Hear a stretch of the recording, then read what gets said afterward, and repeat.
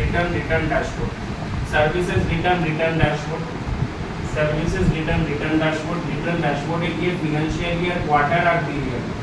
Financial year আপনার 25-26 quarter July August September আর জুলাই, ঠিক আছে।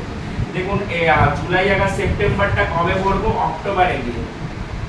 এখানে একটা অপশন দেখাচ্ছে জুলাইতে কোয়ার্টারলি রিটার্নে একটা নিয়ম আছে যে আপনি প্রত্যেক মান্থের সেলটাকে একবার ডিসক্লোজ করে দিতে পারেন। জিএসটি আর মানে তো শুধু সেল নেই, আরো অনেক কিছু রয়েছে, 15-16খানা ট্যাব রয়েছে, কিন্তু আপনি চাইলে শুধু পার মান্থের সেলটা ডিসক্লোজ করে দিন আপনার কাজটাকে লাইক করার জন্য।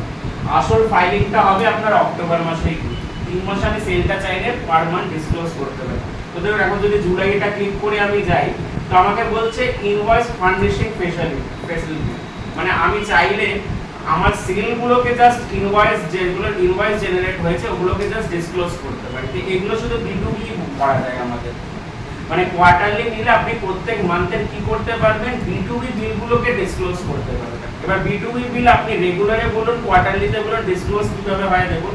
ট্যাবটা হচ্ছে আপনার 4A 4B 6B 6C, এরকম B2B লেখা থাকবে, SEZDE ইনভয়েসেস। তো B2B ইনভয়েসেস গুলো একটা বিজনেস কার উপর দাঁড়িয়ে থাকে, সেলের উপর। আর যেগুলো বড় বিজনেস তাদের ম্যাক্সিমাম সেলই B2B।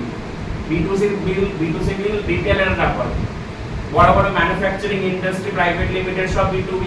এই B2B বিলগুলো এখানে যাবে। এবার এটার উপর যদি আমি ক্লিক করি, এই প্রসেসে একদম ফার্স্ট থেকে দেখেন